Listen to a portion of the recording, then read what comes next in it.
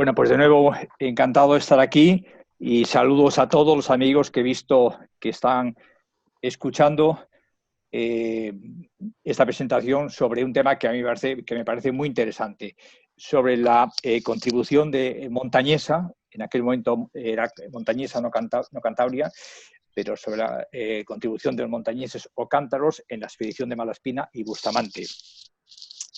Probablemente es una de las expediciones más importantes de la historia ilustrada de Europa.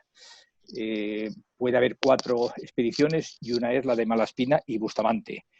Y en esta expedición, pues nada, eran 18 marinos ilustrados, todos con una gran biografía, pues entre esos 18, nada más y nada menos, había 4 montañeses. Esta primera imagen tan bonita es Sydney. Los ingleses llegan a Bahía Botánica, Sydney, en 1770 y tantos, por lo tanto llevaban 20 años ahí y se reúnen con los marinos españoles en Sydney.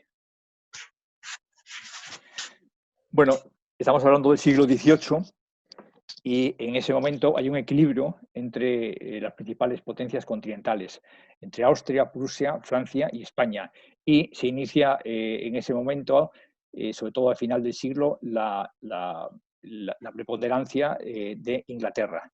Se empiezan a producir los primeros movimientos independentistas en la América del Norte, la Revolución Francesa, y en la América hispánica pues también surge una conciencia de identidad que va a chocar contra los intereses desde aquí, desde la península. Estamos en el siglo XVIII, el siglo de la Ilustración, el siglo de la luz. Es un siglo que lo cambia todo.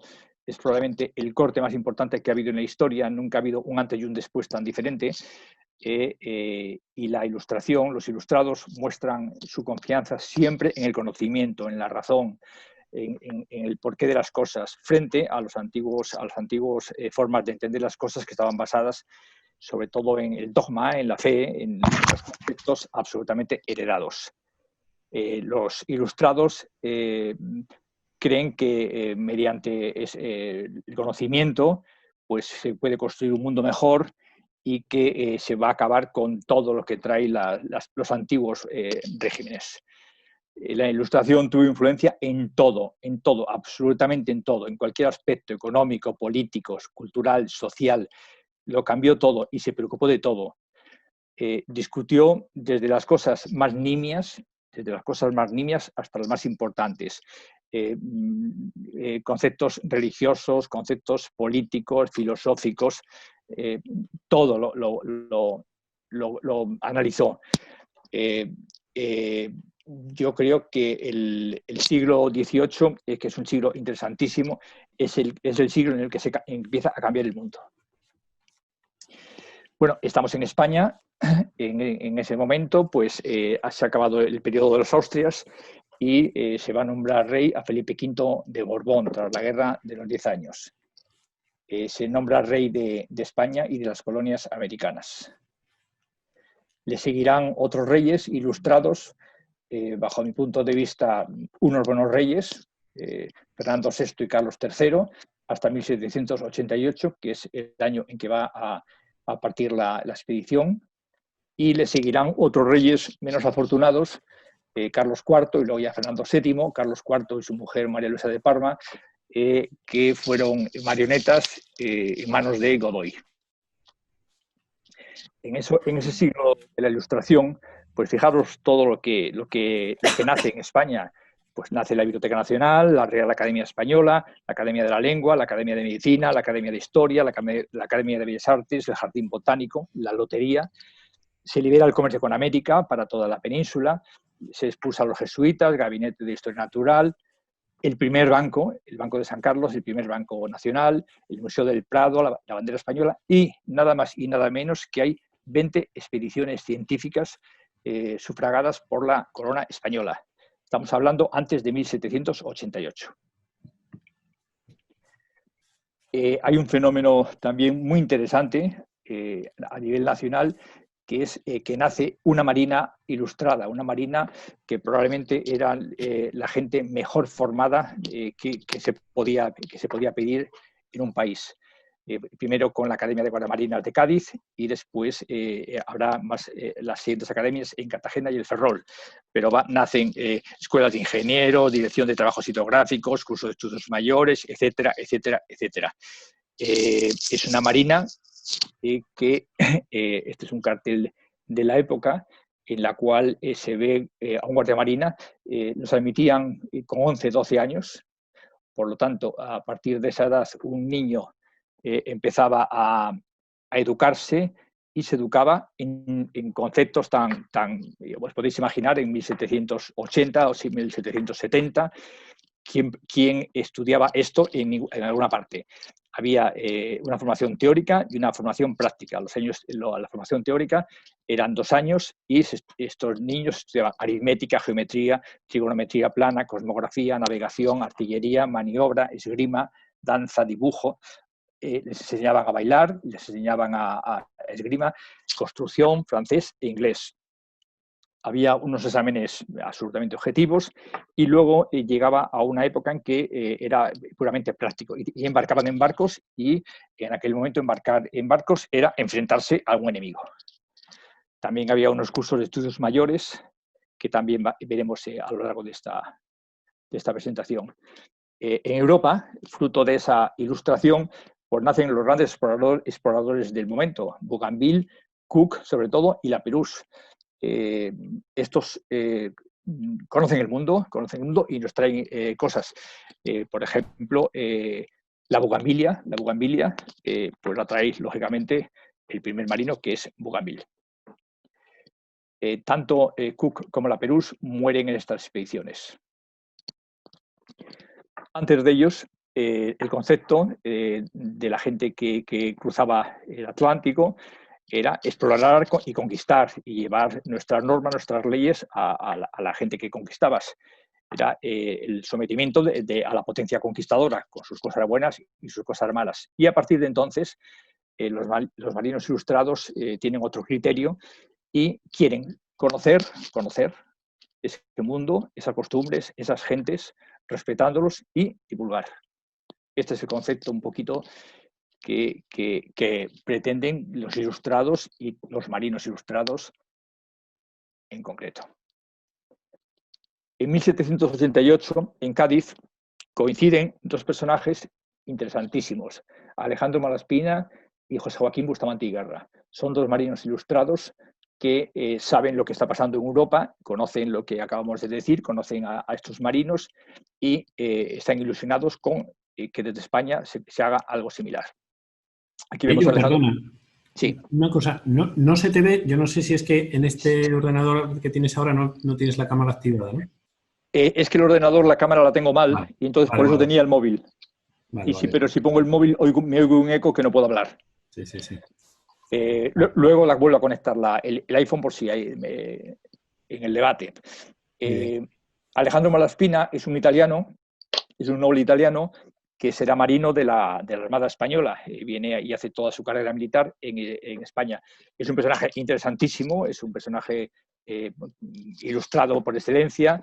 Incluso fue perseguido por la Inquisición por leer libros, y tiene unas ideas absolutamente innovadoras y adelantadas a su tiempo.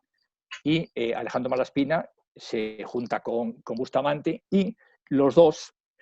Esto quiero recalcarlo porque la historia no ha sido demasiado justo con Bustamante. Todo el mundo habla de la expedición Malaspina. Bueno, pues el proyecto de la expedición lo organizan, lo piensan, lo maduran, lo hacen todo Alejandro Malaspina y Bustamante.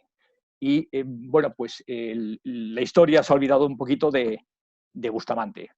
Bueno, ambos, el 10 de septiembre de 1788, escriben a Antonio Valdés, que era el ministro de Marina en aquel momento, y voy a leer la carta, aunque sea un poquito pesada, pero también la podéis ver ahí.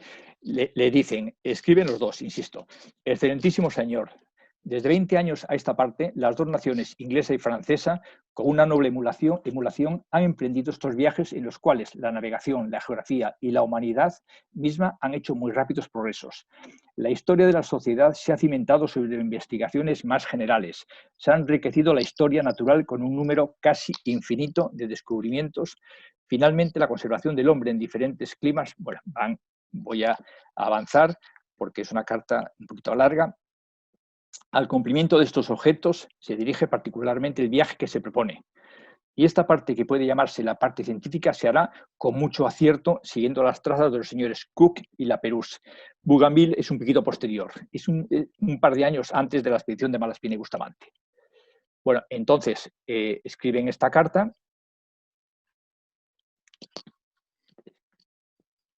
que dicen: voy a lo blanco, el amarillo lo voy a pasar. Deberán, por consiguiente, quedar divididas en dos partes la expedición. La una pública, que comprenderá, además del posible acopio de curiosidades para el Real Gabinete y Jardín Botánico, toda la parte geográfica e histórica, y la otra reservada, que se dirigirá a las especulaciones políticas ya indicadas y en las cuales, si el gobierno lo hallase conveniente, podrá comprenderse el establecimiento ruso de California. Los rusos estaban pasando prácticamente por el Polo Norte, estaban pasando y estaban instalándose en la costa atlántica. Entonces, se pensaba que podía haber un paso por allí y eso interesaba mucho a España el conocerlo. Y hablan también de que van a llegar a ver a los ingleses de Bahía Botánica, que era la primera diapositiva. Puntos todos interesantes para las combinaciones de comercio como de hostilidad. Pero un viaje hecho por navegantes españoles debe precisamente implicar, bueno, les están explicando todo lo que pretenden. Voy a pasar a la siguiente, que es en la que se despiden y acaban diciendo: los capitanes de fragata, don Alejandro Malaspina y don José Bustamante y Guerra, deseosos de emplear todas sus faenas en el servicio del Estado, se ofrecen a la ejecución de este plan, lisonjeándose que concurrirán a dirigirlos para mayor acierto, no solo la ilustración y penetración del gobierno, sino también cuantas noticias puedan facilitar los particulares, así del continente nuestro como de todas las Américas. A partir de aquí, cada uno tendrá su actividad, cada uno desarrollará su trabajo en una parte o en otra, pero la expedición es de Malaspina y de Bustamante. Yo siempre, vamos, es como algo que tengo incrustado como un estigma: Malaspina y Bustamante. Ahora mismo ha habido una expedición hecha por la Marina Española por el mundo, y era la expedición Malaspina. Bueno, entonces, resumiendo esas dos cartas, hay unos objetivos políticos que deben ser reservados. Se debe explorar lo que se ve allí y eso no se va a hacer público. Estado de los puertos, situación del comercio y de la construcción naval, capacidad defensiva y ofensiva de cada lugar, análisis del sistema de gobierno, interacción con otras naciones interesadas. Esto es privado, político.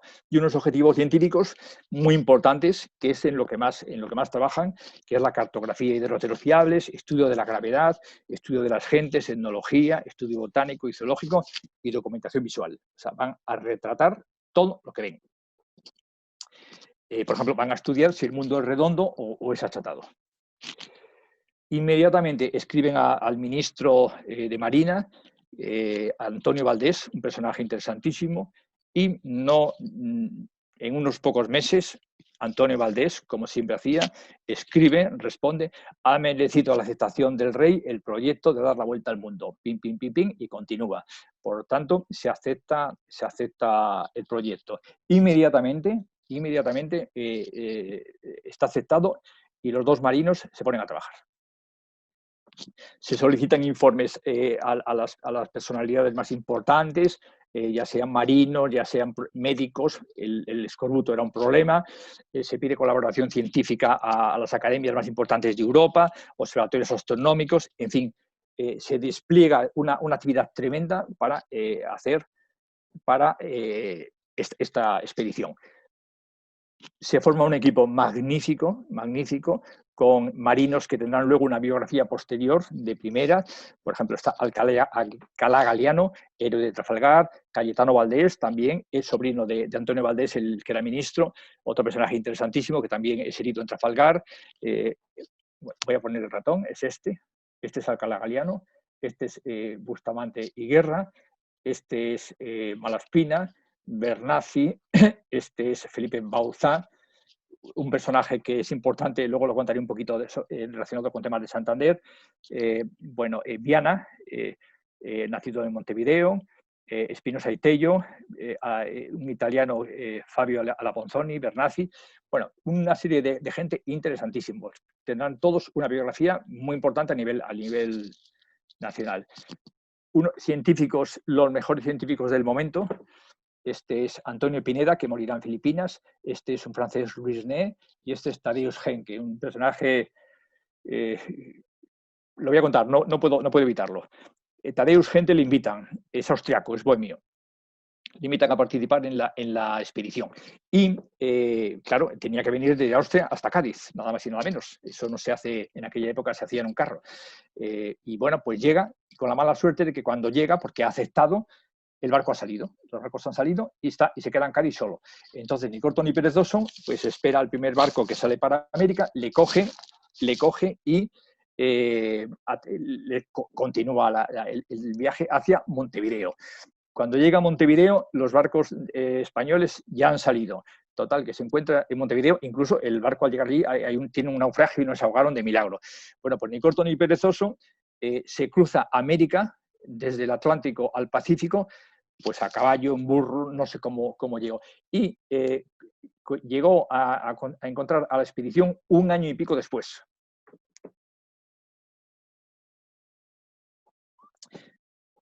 Había que llevar fotógrafos, no había fotografía, por lo tanto, había que llevar pintores y llevan a una serie de pintores que dibujarán todo lo que ven. Al final, cuando llegan aquí, casi traen 1000 dibujos de personajes, de animales, de pájaros, de geografía, de ciudades. Por ejemplo, hay ciudades que, Buenos Aires, una de las primeras ciudades, imágenes de esta ciudad, pues son de esta expedición. Cada corbeta, cada barco lleva a un médico, lleva a un capellán. Estos dos médicos eran lo mejor que había en España, Flores y González. Y se diseñan 2 corbetas, la Descubierta y la Atrevida, en Cádiz, en el Arsenal de la Carraca, por el mejor ingeniero del momento, Tomás Muñoz, y son unos barcos que deben adaptarse a navegar por todos los mares, desde el Caribe hasta los polos. Y 5 años. Y, como decíamos al principio, entre todo ese grupo de gentes había 4 montañeses, nada más y nada menos. Bustamante y Guerra, Gutiérrez de la Concha, Ceballos, Ciriaco de Ceballos, es este, y Antonio Toba. Bueno, no voy a hablar de la expedición en sí porque tendríamos que tener, Nano, 2 horas. Voy a ir a los marinos. Si en otro momento me aguantáis esta charla y queréis que dentro de un año os dé la expedición de Malaspina a Bustamante, o de 6 meses o de un mes, me lo decís. Voy a hablar de los marinos. José Joaquín Bustamante y Guerra, nacido en Alceda, Montaneda, en el año 1759. Y esta es su casa. Este es el Paseo de la Ave María, todavía está allí, y esta es su casa. Se está estropeando esta zona, es una casa preciosa, esta es la capilla. Este es el Paseo de la Ave María, seguramente muchos lo reconoceréis si pasáis por allí. Este es el Palacio de Mercadal y esta es la casa de Bustamante y Guerra. Y se ve pues cómo eran las personas, las mujeres, todas mujeres en aquel momento. Todas trabajando, ¿eh? Bueno, la hoja de servicio la voy a pasar.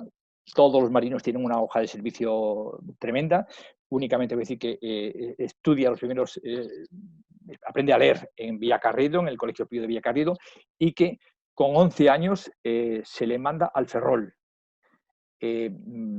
Llama la atención que un hermano suyo, Fernando, un hermano mayor, le había mandado a sus padres también como guardia marina y había muerto en un barco, siendo un niño.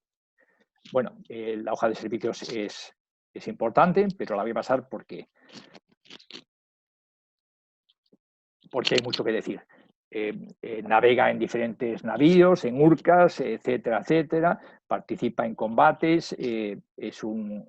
Como el resto de los 4 marinos que vamos a ver. participa en el bloqueo a Gibraltar, tiene enfrentamientos con los ingleses, incluso en uno de ellos es aprisionado por los ingleses y llevado a Inglaterra, donde está unos meses.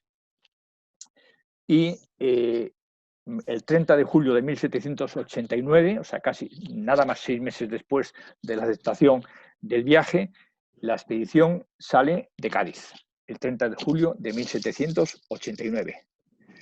Muy rápidamente, esta es la trayectoria de la expedición, es la flecha negra. Van a llegar, en primer lugar, a Montevideo y Buenos Aires. De aquí van a cruzar todo el Atlántico, van a subir por el Pacífico, bueno, van a estar en el Polo Sur, llegan al Polo Sur. Y además llegan al Polo Sur una de las dos corbetas, que es la de Bustamante, porque aquí se separan, hay varias separaciones durante todo el viaje. Suben por todo el Pacífico americano, van a llegar a Nueva España, México, y van a llegar hasta el Polo Norte. El Polo Norte, aquí había un paso, un teórico paso, incluso estaba descrito el paso del noroeste, y se estaba viendo cómo gente rusa, los rusos, estaban entrando por aquí y estaban colonizando estos lugares. Y entonces interesaba a la corona española saber si había un paso. Llegaron allí y Ciriaco de Ceballos fue el que describe, hace un documento diciendo que no hay tal paso. Posiblemente con el cambio climático y con los hielos que se están deshaciendo es posible que aparezca un paso. Vuelven hasta Acapulco. Todo esto estamos hablando de que se habían salido aquí en 1789, aquí estábamos en 1791, por ejemplo. Vuelven y cruzan el Pacífico, van llegando a las islas pacíficas, a las islas de Guam, llegan a Filipinas, llegan a Manila y llegarán a Australia, a Sydney, donde tienen unas experiencias tremendas, a las Islas Babao, que yo creo que es lo mejor del viaje, es lo más interesante como novela, las Islas Babao. Están en Nueva Zelanda también. Bueno, cuando llegan aquí iban a continuar a dar la vuelta al mundo, pero España declara la guerra a Francia y no pueden. Les dicen que deben volver por el Pacífico. Pero la idea era hacer una circunnavegación. Es una epopeya preciosa, retratan todo lo que ven, personas, animales, lugares, puertos, barcos, etc. Esta es una imagen en la Antártida, en el Polo Sur. Esta es la atrevida de Bustamante. Aquí iban los cuatro montañeses. Iban 3 ahí. Ahora explicaré por qué. Llegan al Polo Norte, están buscando el paso del noroeste. Y después de toda esta historia, 1789-1794, llegan a Cádiz. Me he saltado toda la expedición. Pero no es la charla. Bueno, llegan a Cádiz, el 3 de diciembre llegan a Madrid y son recibidos en Aranjuez por el rey. Llegan allí Malaspina, Bustamante, Valdés y Ceballos. Llegan a Aranjuez, en los reales sitios, y son recibidos como héroes. Intentan publicar todo lo que llevan, porque llevan animales disecados, plantas, planos, bueno, 1000 cosas. Y además llevan informes, los informes reservados, americanos y otros más. Entonces, uno de los informes que envían a Godoy es reflexiones relativas a la paz con Francia. Insiste, sobre todo esto lo firma Malaspina, que el enemigo natural de España es Inglaterra, que no es Francia. Y que con Francia hay que estar siempre bien porque es la que nos va a ayudar o la que vamos a ayudar a ellos. Y entonces, en ese momento, Godoy estaba enfrentado a Francia y le contesta de esta forma a Malaspina. La letra está mala como su sustancia y está tan falta de principios y moderación en sus ideas que me precaveré de enseñársela a los reyes por no hacer perder el concepto a un oficial. Y que como cosa suya le diga a Malaspina, era un intermediario, que queme los borradores si los tiene y guarde perpetuo silencio sobre todo. O sea, le prohíbe hablar de este tema. muy poco después hay una paz con Francia, muy poquito después, la paz de Basilea, y Godoy recibe el título de Príncipe de la Paz. Malaspina, cuando habla de él, le llama el Príncipe de la Guerra. Bueno, entonces se dan cuenta que Godoy tiene un protagonismo absoluto. Se van entregando informes y todo lo que proviene de la expedición. Se quiere publicar el viaje, se van dando cuenta de que va a ser imposible, que ya han chocado dos caracteres muy fuertes. Malaspina, Bustamante, Ceballos y Valdés se reúnen con personajes importantes del lugar, con Revillagigedo, con el Duque de Alba, con Antonio Valdés, y se empieza a haber un ambiente un poco de conspiración y Godoy se da cuenta de que que en esas reuniones se está hablando de algo más importante. De hecho, intentan hablar con el rey para aconsejarle que Godoy deje de ser su válido y ellos no saben que Godoy es un perro viejo y que no van a poder hacer nada. Y entonces, inmediatamente, el 24 de noviembre de 1795, se detiene a Malaspina. Se le detiene y se le llevará al castillo de San Antón de La Coruña. Todos los trabajos son confiscados, todo lo que tienen, se lo cogen y se mete en unos almacenes. Se ordena a todos los oficiales entregar sus diarios. Todos los oficiales habían escrito diarios, solo se conservan 4 o 5. A todos los oficiales que estaban en esta expedición se les busca destinos un poco alejados. Ya veremos a dónde se le manda a Bustamante, primero a Cádiz, pero se le manda afuera. Y en este lapsus, Bustamante sigue empeñado en publicar los resultados de la expedición. Y dice, en el pasado los extranjeros y en particular los ingleses hayan pretendido con falsedad la primacía en muchos descubrimientos que se deben sin disputa a nuestros intrépidos compatriotas. Todo lo que no se divulga, todo lo que no se publica, no existe. Esa es la cuestión. Bueno, la situación tal como está es que Malaspina está en la cárcel y estará en la cárcel hasta 1803. Prácticamente ahí acaba su historia. Después de este viaje acaba su historia porque de aquí sale de la cárcel y se le va a liberar en un momento por influencias de Napoleón sobre todo y se le expulsa de España. No, se le prohíbe pisar suelo español. Este es el final de Malaspina.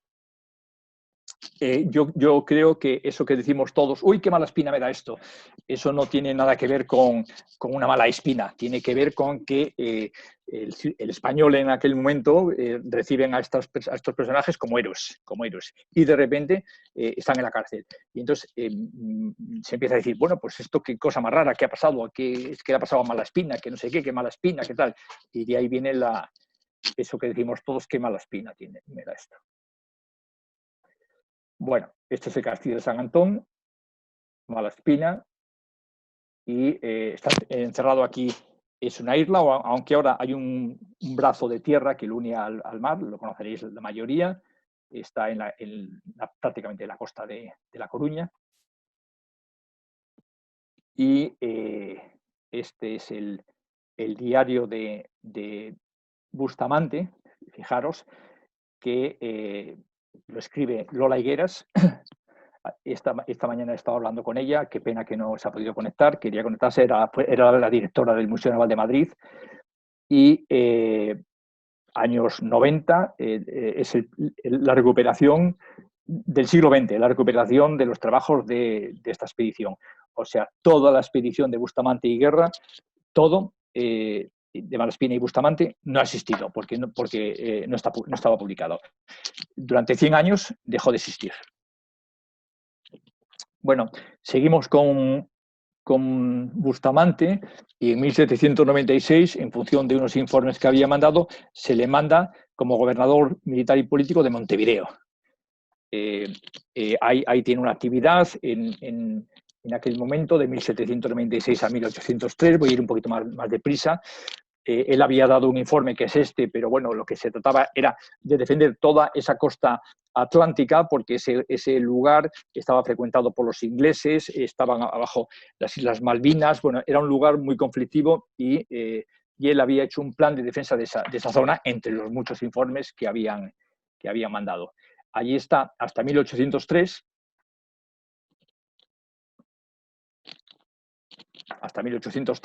continúo, y cuando vuelve pues se produce otra situación que todos conoceréis, porque se ha hablado últimamente mucho de ello, que es la batalla del Cabo de Santa María. Cuando están llegando al Algarve, él manda un convoy de 4 fragatas de guerra, la Medea, la Fama, la Mercedes y la Clara, pero que venían, en Europa estaba la paz de Amiens, había paz, y venían pues totalmente tranquilos. Sin embargo, allí había una serie de intereses entre Francia, Inglaterra y España, y los ingleses quieren presionar y atacan a este convoy. El comodoro Graham Moore ataca a este convoy y le exige que se rinda.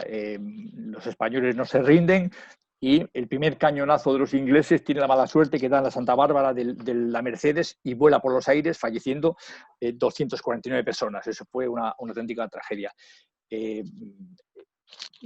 Fueron dominados sin demasiados problemas los españoles, y fueron aprisionados y mandados a Inglaterra. Entonces estamos en 1804 y Bustamante está prisionero en Inglaterra. Esta situación, este es el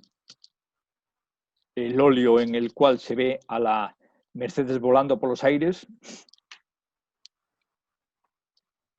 Esta es la prisión de Bustamante y Guerra en Plymouth, Inglaterra.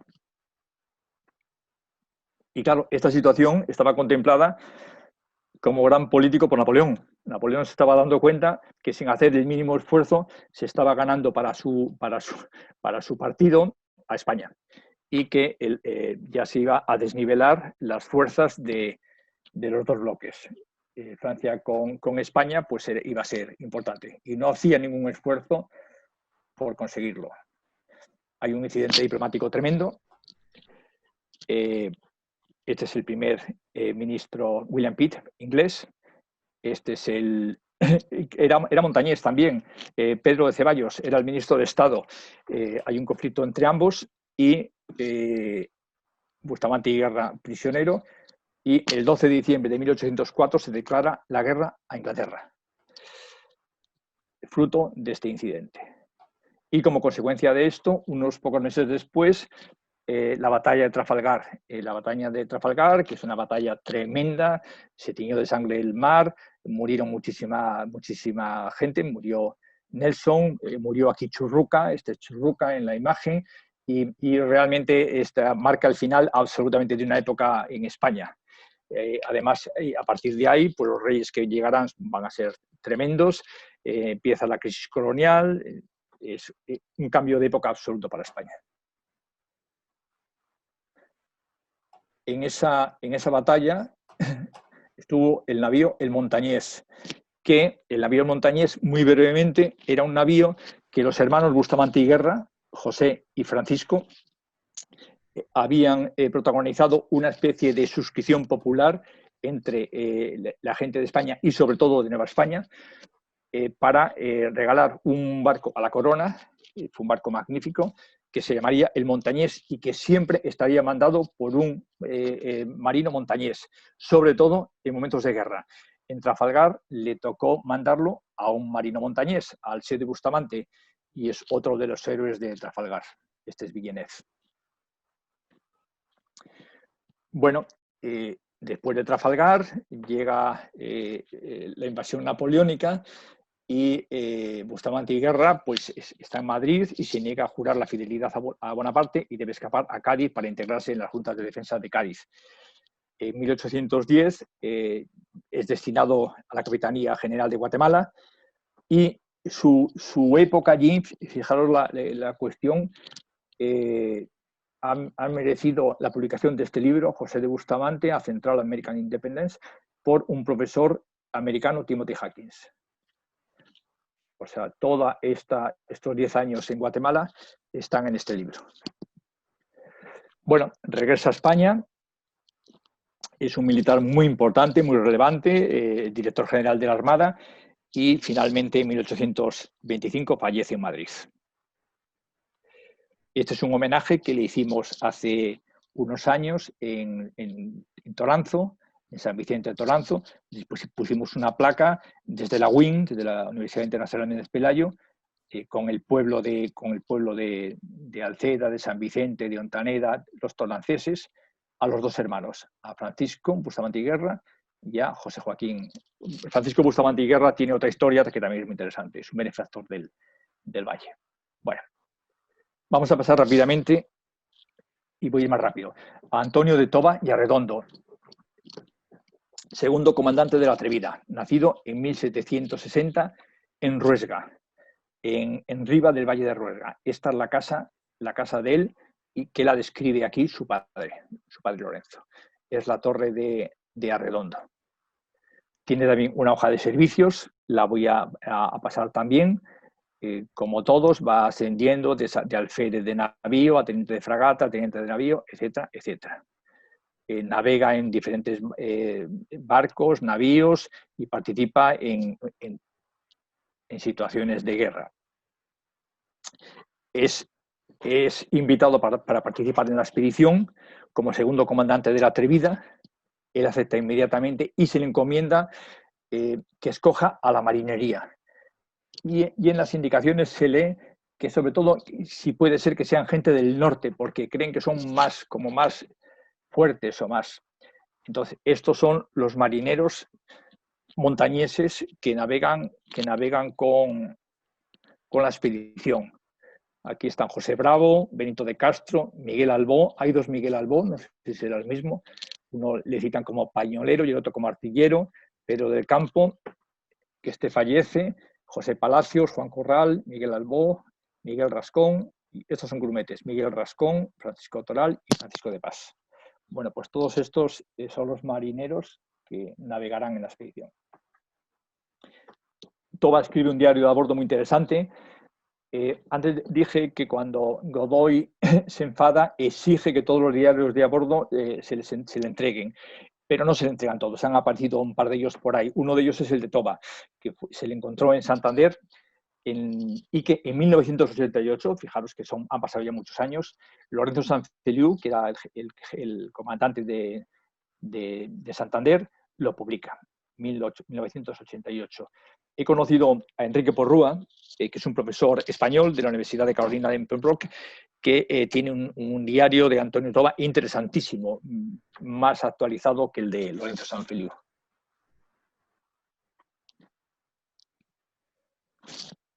El diario de Toba pues, tiene mucho tipo de cosas. Se inicia desde Cádiz y va relatando pues, las cosas que van pasando, los tipos de personajes, las cosas que pasan, la religión, etcétera, situaciones que va viviendo, cómo se reúnen con los ingleses en Sydney. Él participa en esta situación. Esto es casi el Polo Norte, y son atacados por unos nativos y no llega a pasar nada. Este es Bustamante y Guerra, y aquí están Toba y está Concha, Butera de la Concha. Y consiguen salir sin que no pase nada porque son atacados, pero esta misma situación es la que acabó con la vida de James Cook en otro lugar. Es prácticamente la misma situación. En Mulgrave, Polo Norte, bautizan a un abra como Valle de Ruesga. Claro, como esta expedición no existió por culpa de las cosas que pasaron, pues ya no se llama así, sino en el Polo Norte habría un abra llamado de Ruesga. A partir, cuando ya vuelven a España, alterna destinos en barco y en las comandancias de Santander y de Bilbao. Le coge la guerra napoleónica y él tiene mucha actividad. Huye, participa en la Junta de Gobierno y Guerra de la Villa de Bilbao, y huye de la comandancia con papeles, con archivos, con diferentes documentos importantes, porque caían en manos de los franceses, y se los llevó a su pueblo, arriba. También, además de eso, participó en una operación para salvar armamento que llevó a Gijón para intentar que no cayese en manos de los franceses y poder, además, armar a los que se enfrentaban a los franceses. Bueno, por estas actuaciones fue juzgado, se le Aquí tenemos una carta de un afrancesado de Valzola que dice: continuando constantemente mis diligencias en descubrir por todos caminos los sujetos enemigos de nuestro rey, don José Napoleón I, de la tranquilidad y felicidad del rey, he sabido que el brigadier de Marina, don Antonio María Estrada, comandante que fue de ella en esta provincia, don Antonio de Toba, comandante de Bilbao, y el capitán de navío, don Joaquín de Sarau, son tres de los conocidamente sospechosos y perjudiciales en el país. Todos tres tienen entre sí correspondencia secreta sobre los asuntos políticos, bueno, etcétera, etcétera, etcétera. Como consecuencia de esta, acabó en la cárcel y consiguió escapar de la cárcel y huir arriba, a su casa, desde donde organizan prácticamente la lucha contra los franceses.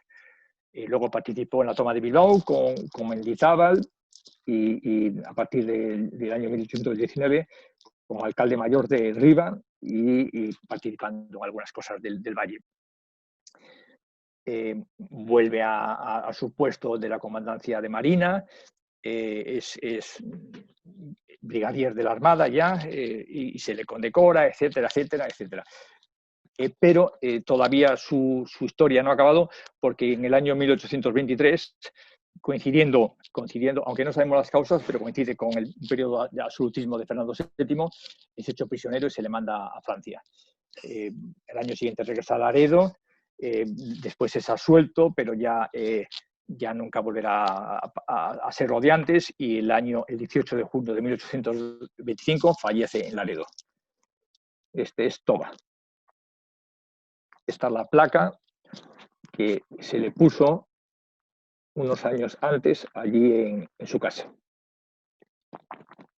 Yo no sé si va a conectar hoy un Toba, descendiente de Antonio de Toba, no sé si estará en el Perdóname, la charla. Aurelio, estoy aquí. Hola. A tu disposición. Buenas tardes a todos. Hola, Toba. Bueno, pasamos al siguiente, a Juan Antonio Gutiérrez de la Concha, nacido en Erles en el año 1760, en Erles de Cayón. Esta es la que siempre hemos pensado que era su casa, y aquí hay una placa que lo pone, pero últimamente se dice que era esta otra. Posiblemente las dos casas eran de la familia. También tiene una hoja de servicios importante que voy a saltármela porque en cada uno tendría que estar 5 minutos. Navega por diferentes mares, lucha contra los enemigos en ese momento, que fuese español, ya sea argelino, ya sea inglés o ya sea francés. Y participa en la expedición de Malaspina y Bustamante. Bueno, estas son unas imágenes, aprovecho porque son muy pocas las que he puesto. Esto es lo que pintaban los pintores que acompañaban a la expedición, no había cámaras de fotografías y estas son las imágenes de lo que veían, las islas de la Polinesia. Tiene protagonismo la expedición, navegan la Atrevida, como hemos dicho, los 4 montañeses como teniente de fragata, es experto en astronomía y matemáticas, y está comisionado para participar en diferentes temas, sobre todo en el estudio de la zona de Argentina, de Buenos Aires y de Montevideo, y también de la Patagonia. Cuando vuelve la expedición a España, que llegan hasta Montevideo para cruzar el Atlántico, él se queda allí, se queda trabajando. Dice Concha, siempre se llama Concha, en vez de Gutiérrez Concha le llaman Concha. El 20 de diciembre de 1788 fui por real orden embarcado en la corbeta Atrevida al mando del capitán de fragata don José de Bustamante, en la que hice la expedición alrededor del mundo hasta el regreso a Montevideo, donde el 13 de marzo de este año fui embarcado de transporte en el Bergantín Paloma para regresar a España. Además del desempeño de emigrado, fui uno de los oficiales encargados del ramo de astronomía, resultando de la continuación de mis tareas y de las largas navegaciones el deterioro de mi salud. Todos volvieron enfermos. Y bueno, esto es la Patagonia, no lo voy a leer, pero ahí también hace un estudio de varios de los puertos de la Patagonia. Bueno, la historia de Gutiérrez de la Concha no acaba ahí. Regresa a España, se recupera de la salud, como él mismo dijo, es nombrado director del depósito hidrográfico. De nuevo es mandado a Montevideo y ya nunca jamás va a volver a España. Allí se casan 2 veces, la primera con una bonaerense que yo he leído que era una chica muy joven, de 19 años, él tenía 30 y tantos. Y la segunda, muere joven, muere inmediatamente, Rosa de Aguirre, y la segunda con Petrona de Irigoyen de la Quintana, con la cual tiene 4 hijos, que son personas importantes a posteriori. Es nombrado comandante del apostadero de Barragán, en Buenos Aires, y posteriormente gobernador de Córdoba, del Tucumán. Bueno, la historia de Concha continúa ya para siempre en este lugar y ya siempre unido a su amigo y compañero Santiago Liniers, que llegó a ser virrey de Buenos Aires. Santiago Liniers. Son los 2 héroes de la reconquista de Buenos Aires. Y aprovecho también para saludar a Enrique Liniers, a mi amigo Enrique, que estará por ahí. Y aquí tienes a tu antepasado, Enrique. Bueno, sabéis todos que el 27 de junio de 1806 Buenos Aires fue tomado por los ingleses y durante un tiempo pues, fue inglés. Un tiempo no muy largo porque los propios españoles que habían tenido que escapar a Uruguay, a Montevideo, reatacaron y conquistaron otra vez Buenos Aires, fundamentalmente mandados por Liniers y Concha. Aquí tenemos a Liniers cuando Beresford le hace la rendición. Recuperan Buenos Aires para España.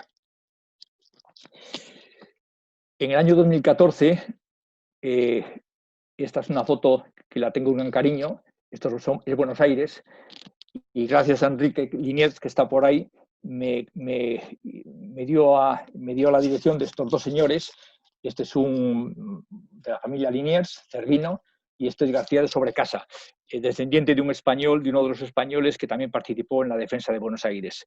Y entonces, bueno, pues con ellos estuve tomando un café, estuvimos hablando de todo, me enseñaron, me recordaron cómo había sido la retoma de Buenos Aires.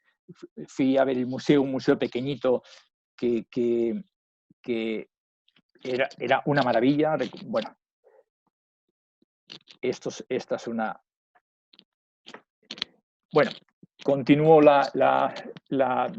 bueno, se conquista de nuevo, se retoma Buenos Aires, pero el problema es que va a llegar la independencia dentro de muy poco de Buenos Aires. Y en 1810, en Córdoba, Liniers y Concha, con otros españoles más, son cogidos prisioneros y fusilados. Directamente son fusilados. Esta es una imagen de los independentistas cuando les cogen y les fusilan. Este es el fusilamiento de Liniers y de Concha y del resto de los españoles. El lugar es Cabeza del Tigre y el hecho fue reconocido como clamor por las iniciales de los españoles: C. Concha, L. Liniers, Allende, Moreno, Orellana y Rodríguez. Y esta es la placa que en Esles recuerda a Gutiérrez de la Concha. Bueno, el último de ellos es Ciriaco de Ceballos, nacido en 1764 en Quijano de Piélagos. Esta es su casa. También tiene una hoja de servicios. También hizo el corso hizo la guerra en todas las campañas del momento y era un marino sobre todo científico. En 1784 es escogido entre una generación de marinos para hacer un curso de matemáticas sublimes. Estos estudios constaban de álgebra finita, cálculo infinitesimal, mecánica hidrostática, aplicaciones a la construcción, óptica y astronomía. Era lo mejor de la marinería. Con ello se facilitaba pues, el que esa marina española pues, cada vez fuese más moderna y más europea. Participa con Churruca, el héroe de Trafalgar, el que veíamos antes muriendo en Trafalgar, en una expedición para delimitar los límites del estrecho de Magallanes. Están allí desde el 5 de octubre del 88 a mayo del 89. También vuelven enfermos y nada más volver a España es invitado para participar en la expedición. Está muy enfermo y entonces acepta, pero debe recuperarse y se queda en su pueblo recuperándose en Quijano de Piélagos hasta que mejora. Aquí tenemos, bueno, ellos, acordaros que habían salido en julio del 89 desde Cádiz y en noviembre de 1790 parte desde Cádiz la fragata Santa Rosa con el oficial Espinosa y Tello. Yo no sé si fue desde La Coruña, ahora que veo esto. Salen dos oficiales, Espinosa y Tello y Ceballos, para incorporarse a la expedición en Acapulco. Los cogerán en 1791 en Acapulco. Eran dos oficiales muy técnicos, muy intelectuales y llevaban tecnología absolutamente puntera para el estudio de la gravedad, de los derroteros. Ese es el estudio de la gravedad. En cada lugar que llegaban los marinos plantaban estaciones de campaña para estudiar la gravedad. Estas son imágenes de Bustamante, Malaspina, estudiando la gravedad. Embarcó también en la Atrevida y el protagonismo de Ceballos en la expedición es muy importante. Era un personaje interesante, debía ser muy simpático, muy abierto, muy extrovertido y participa en muchas cosas. Por ejemplo, era el mejor tirador de escopeta de la expedición y en Mulgrave tenían que impresionar a los indios porque había cierta tensión y veían que podía suceder alguna cosa seria y había que impresionarle y entonces con su escopeta hizo una exhibición con la escopeta que les dejó a los indios pasmados y entonces ahí se apaciguaron. Estudia el paso del noroeste, el famoso paso del noroeste por donde entraban los rusos y dice que no existe. Este es el documento en el que lo dice el libro. Su protagonismo más importante es en la isla Babao, la isla de Babao o de los Amigos, que es en el Pacífico. Allí fue adoptado por el cacique local, por el rey Buna, y entonces Ceballos, que debía ser muy simpático, le dijo que desde España había de volver para vivir con él y morir en su compañía y casarse además con su hija. Entonces Buna la adoptó como hijo suyo y le fueron rendidos honores de príncipe. Estudió todos aquellos, hizo incluso un diccionario con la terminología de los indígenas. Vuelven a España. Lo primero que hace es acompañar a Malaspina y Bustamante a los reales sitios para informar de la expedición. Malaspina le escoge para que le ayuden en la redacción, pero sin embargo todo se trunca porque Malaspina es detenido y Ceballos enviado pues, por ahí a diferentes avatares y participa en batallas, etc. En 1797 está a las órdenes de Gravina, el que fue gran jefe español en Trafalgar. Ahí tienen que trabajar en las relaciones políticas con Francia, con Inglaterra, sobre todo con Francia. En el año 1802 es enviado a Veracruz. Allí él hace muchos trabajos con Fabio Aliponzoni, que era otro de los marinos de la expedición, y escribe la carta hidrográfica del Yucatán. Bueno, tiene mucha actividad. En 1804 le vemos en Nueva Orleans para entregar la Luisiana a Estados Unidos, en Nueva Orleans. Vuelve a México y en 1808 tiene un incidente muy importante por el cual es acusado de afrancesado. Debe huir otra vez hacia Nueva Orleans, debe huir, acaba mal, cae en desgracia, aunque demuestra que no es así, pero debe huir. Esta es la casa donde debió vivir en Nueva Orleans sus últimos años y desaparece, por lo tanto suponemos que fallece en 1816. Yo recuerdo que Carmen González Chegaray, de la que todos conoceréis, decía que había vuelto a Babao a casarse con la princesa. Y bueno, esta es la casa de de Ceballos, que le pusimos también desde la WIN con José Luis Casado y Lola Higueras, que antes os hablaba de ella, esta placa. Bueno, y se me olvidaba. Voy a acabar. No te preocupes, que acabo en un segundo. Tómate tiempo, que de verdad yo creo que está siendo muy interesante la charla. Mira, Felipe Bauza y Cañas, otro de los marinos de la expedición, no es local, es un marino de Palma de Mallorca. Pero tenemos algo en Santander que le debemos y es absolutamente desconocido. El faro de Cabo Mayor. El faro de Cabo Mayor, decía antes que estos marinos eran ingenieros y eran capaces de hacer un faro. Entonces, parece que el faro de Cabo Mayor ha estado siempre ahí, lo vemos al asomarnos al Sardinero, pero tiene un origen y fue este señor. Este es el faro. Tiene también una historia muy importante. Después de volver es codirector con Espinosa y Tello, otro de los expedicionarios, en el depósito hidrográfico. Bueno, participa en la nueva división de los ayuntamientos o del territorio peninsular y en las carreteras. Tiene que huir a Inglaterra, también con Fernando VII, cuando en 1823 restaura el absolutismo. Allí es aceptado en Inglaterra como un auténtico intelectual y participa en los círculos académicos locales y muere en 1833 cuando debía de volver a España. Estaba ya preparando volver a España. Es enterrado con todos los honores en la abadía de Westminster. Y quería decirlo porque, bueno, tenemos el faro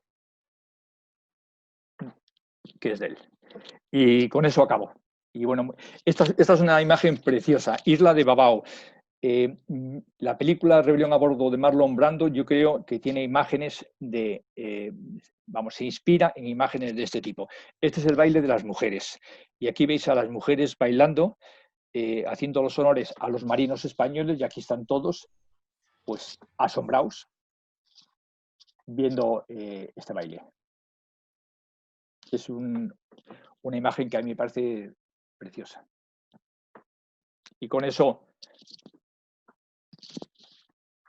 agradezco mucho a la audiencia que haya tenido la paciencia de escucharme. Muchas gracias.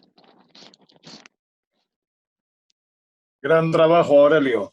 Sabes que estoy a tu disposición y que todos los papeles que tengo en casa pues son tuyos.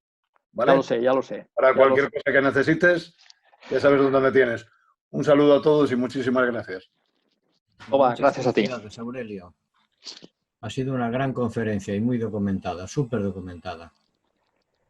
Así que un saludo a todos. A Fernando Mirapéis, gran organizador de estos eventos. Sí, tiene mucho mérito, sí. Bueno, pues un abrazo a todos. Que sigáis bien. Muy bien. Muchas gracias por la conferencia. Muy bien. Ahí tenemos a Enrique Liniers, que debía de decir algo. Es descendiente de Liniers, el virrey, y sabe alguna cosa de esta historia. Hola. Enrique, te toca. Hombre, Enrique. No sé qué quieres que añada, porque lo has contado tú divinamente. Lo referido a Gutiérrez de la Concha y a mi antepasado Enrique Liniers, que ya sabéis la historia. Me ha encantado oírte la vida de los 4 montañeses, que es un compendio de lo que era la vida de esos marinos de esos tiempos de finales del 18, que debió de ser apasionante, pero durísima a la vez. Sí. Yo te había puesto una preguntilla ahí en el no la he visto, Que siempre, bueno, aparte de que claro, cuando se deja, se tapa todo lo que, o muy buena parte de lo que habían descubierto, de lo que habían aportado los científicos que iban, pero luego, por ejemplo, el libro que has mencionado de Lola Higueras recoge lo más sustancial de lo que se consiguió en esa expedición, aunque sea un poco, bueno, ya toro pasado, por decirlo de alguna manera. Sí, el libro de Lola Higueras es el diario de Bustamante y Guerra, nada más. Hay otro, son unos tochos tremendos. Hay otros que son el diario de Malaspina, tenemos el diario de Toba, tenemos el diario de Bauza, otro que ha aparecido en el Ferrol, que se sospecha que es de un marino que era Robredo. Bueno, hay diferentes cosas, pero es que ha empezado esto a funcionar a finales del siglo XX. Hasta ahora no había nada. Estoy intentando conectar con... Para que te veamos. Sí. Que no te vemos. Sí. Bueno, la verdad es que espléndida la conferencia, Yello. Bueno, aprovechaos de Yello en este momento para hacer las preguntas. Creo que ha dejado poco margen a las preguntas porque lo ha explicado todo con gran detalle, incluso poniéndonos imágenes de las casas familiares de los protagonistas, pero insisto, aprovechar esta ocasión pues para preguntarle si es de viva voz mejor y si no a través del chat. Soy Pablo Gallo y me gustaría saber dónde se pueden conseguir todos estos diarios que estabas mencionando. Sí, pues mira, el Museo Naval de Madrid. Ahí encuentras casi todo, en el Museo Naval de Madrid. En las librerías puedes encontrar cosas diferentes, pero en el Museo de Madrid. Y otra pregunta, gracias. Y ahí tienes a Enrique Liniers que te lo puede aclarar. Bueno, pues muchísimas gracias. Porque Enrique Liniers es marino militar y en este momento eres el director, Enrique, ¿no?, del Museo Naval. No, el subdirector. Bueno, soy el subdirector. Pues, sí. Pues muchísimas gracias y procuraré tener contacto para poderlos conseguir. Otra de las preguntas que quería formular es que cuando has dicho que Malaspina se dirigió al almirante Antonio Valdés Bazán, sí. Este era burgalés y fue el que prácticamente, según tengo entendido y leído, prácticamente fue el fundador de la actual bandera española, ¿no? ¿Qué relación tenía el almirante Valdés con Malaspina? Mira, ahora lo que voy a hacer es salir y quedarme con el móvil. Bueno. Ya está. ¿Se me oye ahora? Sí, perfecto. Sí. Vale. Bueno, eran compañeros de profesión, eran marinos. No tenían ninguna relación personal entre ellos. Sí, yo creo que se llevaban bien porque ambos eran ilustrados, aunque es posible por algún motivo que desconozco que al final su relación no fuera tan buena. A partir de que Malaspina está en la cárcel, en el Castillo de San Antón, recibe cartas. Yo estaba en La Coruña en los archivos mirando y no hay ninguna carta de Antonio Valdés, pero sí hay cartas de Fabio Alipanzoni, de Bustamante, de Ceballos, de Antonio, bueno, pero no hay ninguna de Antonio Valdés. O sea que al final acaban mal entre ellos. No sé si mal, pero la relación se hace más fría. Ya. ¿Alguna pregunta final? ¿Me permiten? Hola, sí, Pablo.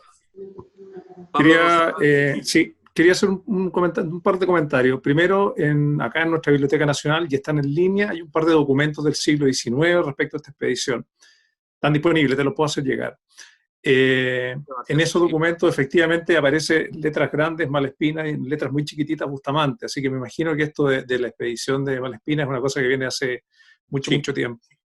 Respecto al tema de los Patagones, la expedición de la Patagonia tomó las primeras imágenes, entre comillas, imágenes como fotografía respecto a los Patagones, y son bastante importantes en la historia de Chile, porque los Patagones, a partir de ahí, no por culpa de la expedición, posteriormente fueron secuestrados para zoológicos humanos, fueron secuestrados por chilenos y europeos para ser llevados a Europa, y terminaron siendo masacrados por los agricultores y los ganaderos que estuvieron en la Patagonia. Así que son registros bastante valiosos y ya son historia pura. Y un pequeño detalle respecto a lo que comentabas de la cordillera de los Andes. La cordillera de los Andes se cruza prácticamente en primavera. porque tiene dos inviernos. Tiene el invierno normal, en sesión de invierno, y lo otro que se llama el invierno boliviano, que es durante el verano. Así que este cruce que tú decías, Jaén, que me parece que mencionaste, Sí. ha sido en primavera. Sí. Y me encantó ver fotos de Rueja, que es el valle de mi familia, así que fue emocionante. Claro. Muchas gracias. Sí, lo que decías, Pablo, realmente el líder intelectual sí era Malaspina. Yo creo que los marinos españoles, pero es una opinión, puedo estar equivocado, los marinos españoles tenían genéticamente incrustado en su DNA la obediencia, y probablemente los italianos podían ser más críticos, y Malaspina probablemente era una persona que podía tener capacidad de obedecer y de ser militar, pero también de ser crítico. Y por eso yo creo que intelectualmente era líder. No había ninguna duda. Y Bustamante le aceptaba como líder intelectual, pero sin embargo en la correspondencia entre ambos barcos, porque hacen navegaciones separadas, cuando escribe Malaspina a Bustamante, le trata de igual. Y de si a usted le parece, si a vuestra merced, me parece que dice, le parece, podíamos hacer esto, encontrarnos aquí o ir allí y tal. No, nunca le ordena. Pero el líder intelectual, sin duda, fue Malaspina.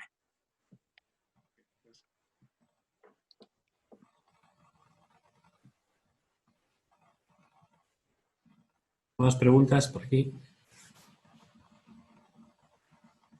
Bueno, pues si no hay más preguntas, agradecer de nuevo a Aurelio González Riancho, a Yello, por esta conferencia tan bien documentada. Y bueno, pues estoy seguro de que vamos a contar con él. Nos lo estáis pidiendo a través del chat en próximas conferencias.